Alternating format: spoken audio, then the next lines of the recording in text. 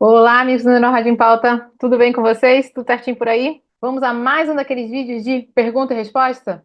Então, a gente tem algumas perguntinhas aqui que foram feitas por vocês nos comentários dos vídeos no YouTube e eu vou responder aqui com o que eu puder ajudar, né? Na parte de exame, parte de conduta, parte além do diagnóstico, vai ficar realmente com o médico parceiro que trabalha aí do outro lado, junto comigo, junto com vocês, para poder guiar da melhor forma possível o seu tratamento e a conduta frente ao problema que pode estar sendo identificado ali no exame de imagem. Não deixe de fazer seu comentário, pode ser que a sua pergunta apareça aqui no próximo vídeo, seja respondida numa próxima oportunidade. E se a dúvida está maior, não deixe de entrar em contato, venha marcar sua teleconsulta, venha fazer uma avaliação mais detalhada, mais específica, totalmente direcionada para você, para as suas necessidades. A gente vai conversar, eu vou entender melhor o seu problema e vou conseguir te ajudar.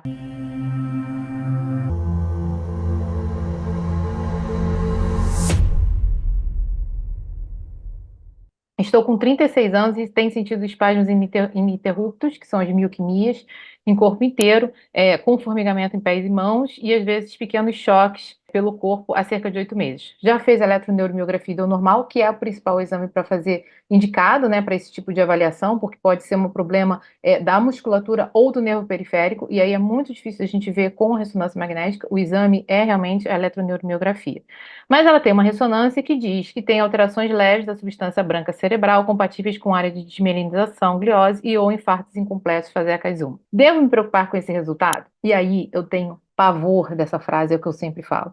Gente, numa frase que você coloca que pode ser desmielinização, gliose ou infarto incompleto, você está dando diagnósticos diferenciais completamente diferentes, que causam impactos completamente diferentes e que vão ter prognósticos completamente diferentes. Eu estou sendo bem repetitiva só para entender que esse laudo é um laudo extremamente complexo, é um laudo que não ajuda na tomada de decisão. Quem é radiologista tem que estar muito focado em tentar determinar um tipo de patologia ou um grupo muito pequeno. Na hora que a gente fala que tem um monte de foquinho e que aquele foquinho pode ser qualquer coisa, fica bastante complexo. Quando a gente olha pensando numa doença desmielinizante, que às vezes a gente cria como rarefação mielínica, ou desmielinização mesmo, doença de origem desmielinizante, existe localização típica para essa, para que a gente pense em esclerose múltipla, por exemplo. Normalmente a gente está falando de pessoas jovens e não de pessoas lá perto dos 60 anos, onde é difícil abrir o quadro de esclerose múltipla nessa fase da vida, né? Então, muito, muito importante a gente manter o foco em quem é esse paciente, onde estão essas lesões. A doença de origem vascular presumida, que hoje é o melhor termo para a gente usar, ao invés de só colocar a gliose lá espalhada, ela é uma alteração da microvascularização cerebral, ou seja, daquele vasinho bem que está lá no final, na ponta. Por que que é importante a gente conhecer esse vaso? Porque ele vai também estar envolvido essas pequenas alterações cerebrais, que normalmente não dão problema, só se elas forem muito confluentes em grande quantidade. E se tiverem associada a infarto, que é um outro problema, é efetivamente quando a doença microvascular, se a gente está falando de infarto lacunar, quando ela pega um pedacinho do cérebro mesmo e dá uma pequena mordidinha, a gente vê várias mordidinhas no cérebro. Isso pode acontecer? Pode, é uma doença mais do paciente mais idoso, não do paciente jovem. Existe doença microvascular no jovem? Sim, a gente tem que pensar em vasculite, inflamação do vaso, a gente tem que pensar em uma doença de origem genética, como o CADASIL, mas isso é muito mais raro de acontecer. Então, assim, uma frase dessa abrangente, a pessoa às vezes vem muito agoniada perguntando: isso é preocupante? Eu não consigo falar sem ver, né? Por isso que às vezes a teleconsulta ajuda bastante, porque a gente consegue efetivamente definir: é isso, é aquilo ou é aquilo outro. Agora, desse jeito como vem escrito, não dá, eu não estou vendo, né? Em geral, isso são uns foquinhos perdidos que acontecem no cérebro, que vão acontecendo no cérebro de todo mundo. À medida que a gente vai ficando mais velho, vai tendo mais esse tipo de foquinho. Quem tem enxaqueca pode ter mais desse tipo de foquinho. Agora, dá para garantir que não é uma doença desmielinizante? Não. Dá para garantir que não tem um infarto lacunar associado? Não. Só vendo a imagem e o padrão de cada uma sendo bem típico. Agora, em geral, isso são pequenas alterações que têm provavelmente uma origem microvascular bem de levezinho, bem incipiente, como a gente fala, bem no começo. E eu não sei Aqui tem 36 anos, quer dizer, é uma pessoa que pode já começar a ter, a partir dos 40 isso pode aparecer, e mais cedo se o paciente tiver realmente uma história de enxaqueca associada. Às vezes, muitas vezes no laudo vem relacionado esses focos, quando a indicação fala que é enxaqueca, né, a gente coloca relacionados à alteração enxaquecosa, né, enfim, relacionados à enxaqueca. Agora, geral, assim, sem a gente ver, não dá. Como ele botou Fasecas 1, isso é uma classificação que a gente usa, que é uma classificação de quantidade. O 1 é bem pouquinho. Então, eu imagino que não seja nada tão importante. Agora, tem que ver. Para conseguir diferenciar dentre esses três diagnósticos diferenciais, tem que olhar a localização, quantidade, o padrão de distribuição, como é no FLAIR e no T1, para ver se está bem pretinho. Se estiver bem pretinho, aí a gente pensa em infarto. Então, tem outras coisas para a gente olhar sem ser só a frase no laudo, e eu sei que essa frase é bem complexa. Eu estou sempre fazendo vídeo aqui para os radiologistas evitarem ao máximo essa frase, porque traz muito mais confusão do que solução. Bom dia, estou em investigação de esclerose, deve ser esclerose múltipla, provavelmente. Fiz ressonância de crânio, laudo normal, porém tinha VHS acima de 50. Posso estar com doença ou já exclui? Se é realmente esclerose múltipla, uma ressonância normal praticamente exclui a doença. Hoje a gente usa muita ressonância para fazer o diagnóstico diferencial. Conseguir trazer esse diagnóstico para mais perto, né? E afastar outros diagnósticos. Então, uma ressonância normal, pensando no contexto de esclerose múltipla, nada em medicina é 100%, né? Mas eu vou te dizer que é praticamente impossível. Por que que a gente vai ter o sintoma clínico se não existe a representação radiológica? Sendo que hoje, quando existe a representação radiológica, mesmo sem o sintoma clínico, a gente chama de síndrome radiológica isolada e existe uma tendência muito grande de se pensar que isso já é doença, embora ainda não tenha causado talvez algum sintoma motor, principalmente, mais evidente. Então, eu vou te dizer, praticamente exclui. Agora, um VHS de 50 é um VHS alto, mostra inflamação. Aí tem que buscar se existem outras causas de inflamação. E aí o seu clínico, o neurologista, muitas vezes o reumatologista pode ajudar nessa pesquisa, porque tem doenças reumatológicas que são muito parecidas com a manifestação da esclerose múltipla, e às vezes a gente só pensa em uma e não pensa em outras. Então, tem toda uma bateria de exames que podem ser feitos, normalmente exames de sangue, para tentar elucidar e clarear um pouquinho aí esse caminho, mas uma ressonância de crânio normal deixa bem, bem, bem, bem difícil o diagnóstico de esclerose múltipla possível, ok? Diminutos focos de gliose pode ter sido um AVC? Então, de novo, a gliose e o AVC.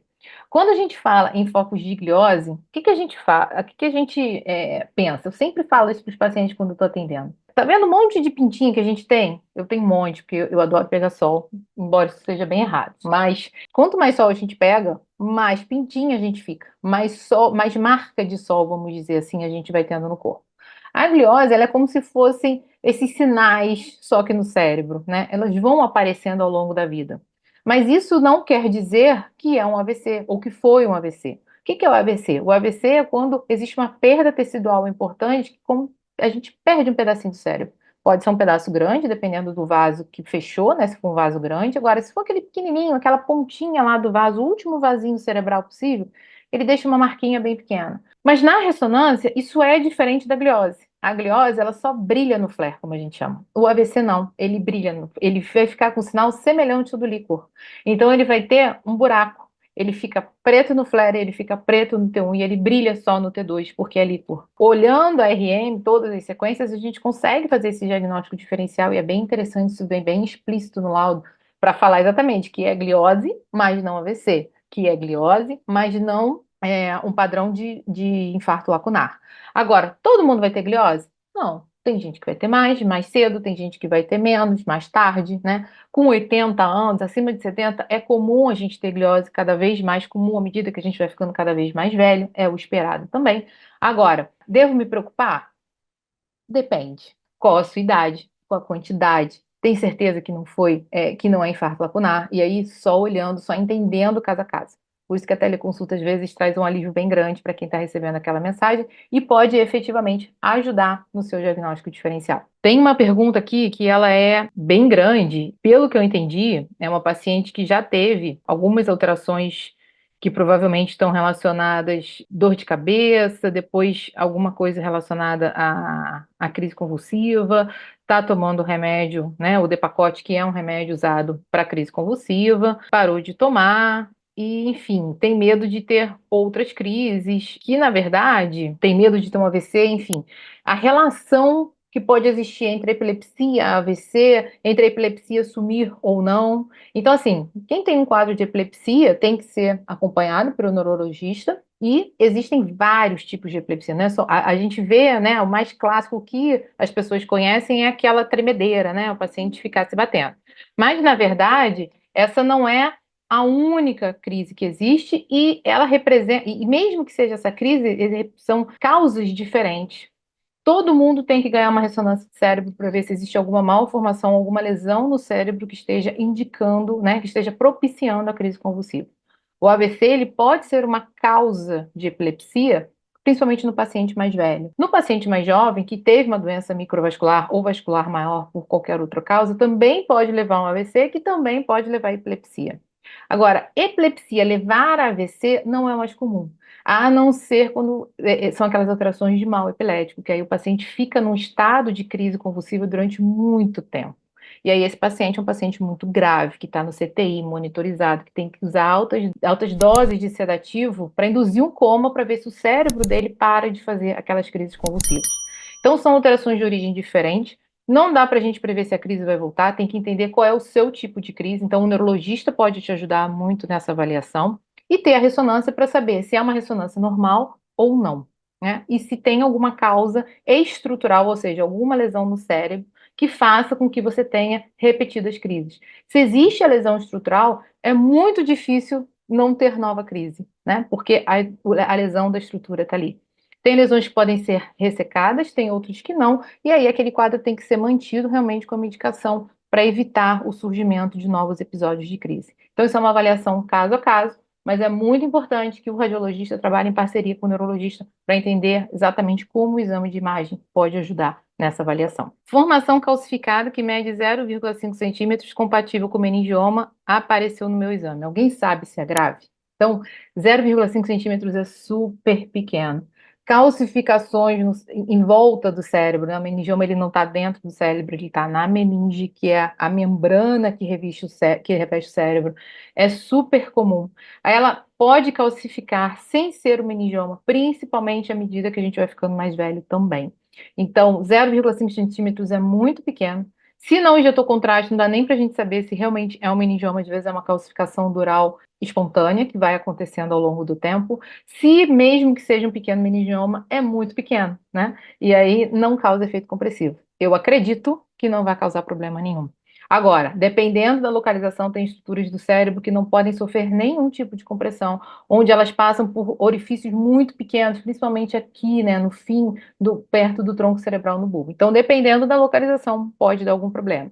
Só essa informação pura é difícil a gente dizer que está tudo bem ou não. Se eles são aqui, região frontal parietal, que é a localização mais comum, em geral não causa problema. Agora, se é mais para baixo no cérebro, pode causar. E aí tem que fazer essa avaliação caso a caso, com o restante das informações, normalmente no laudo bem descrito, onde é a localização, se causa compressão ou não. Isso vai certamente deixar você e o seu médico mais tranquilos para acompanhar ou não. Ou deixar a lesãozinha quieta lá, fazer um acompanhamento de muito e muito tempo, porque a gente imagina que esse tipo de lesão, que já é pequenininha, calcificada, não vai ter um crescimento tão expressivo ao longo dos anos.